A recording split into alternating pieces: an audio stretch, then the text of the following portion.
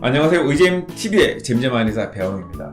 오늘은 병의원, 한의원 잘 이용하기에 대해서 설명드리도록 하겠습니다. 첫째, 동네 의원을 이용하라.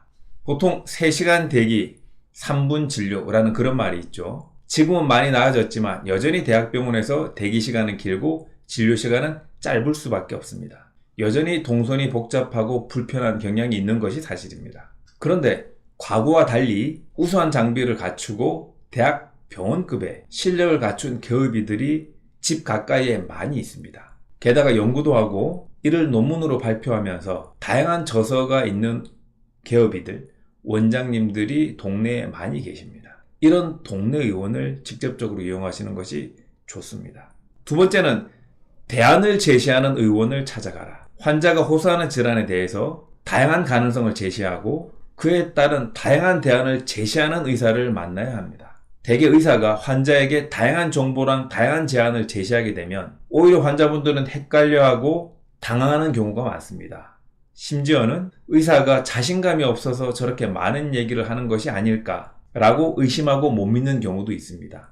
하지만 의료는 끊임없이 다양한 변수에 따른 선택의 연속입니다. 많은 치료 방법이 있고 환자에 따라 어떤 치료 방법이 더 좋을지, 더 적합할지 고민해주는 의사가 필요합니다. 셋째는 의사에게 맡겨라입니다. 병의원에 가서 진료 받으실 때 그 의사 선생님에게 저는 당신만을 믿습니다 라고 말하시는 것이 좋습니다. 그 순간 그 말을 들은 의사분은 부담감을 가지게 되고 더 책임감을 가지게 됩니다. 그 의사는 더 좋은 치료를 향한 다양한 방법을 더 찾을 수밖에 없겠죠. 본인의 진료가 어렵다면 다른 병원에 신속히 또 보내드릴 것입니다.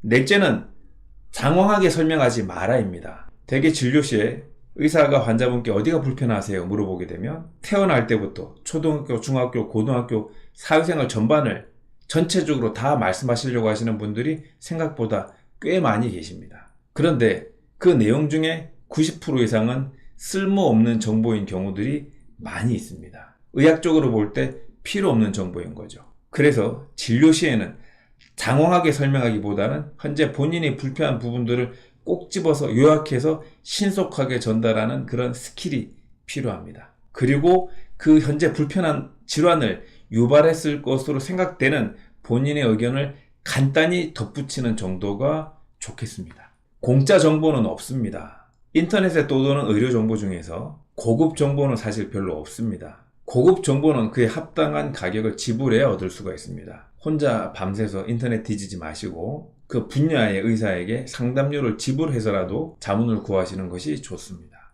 궁금한 의학 정보를 얻는데 돈을 아끼지 마시고 꼭 단골 병원을 만들어서 그 병원의 치료에 대한 가격을 적절하게 지불하시고 본인이 필요한 정보를 적절하게 얻는 것이 좋겠습니다. 의잼TV 유익하셨다면 구독과 좋아요 부탁드리겠습니다. 감사합니다.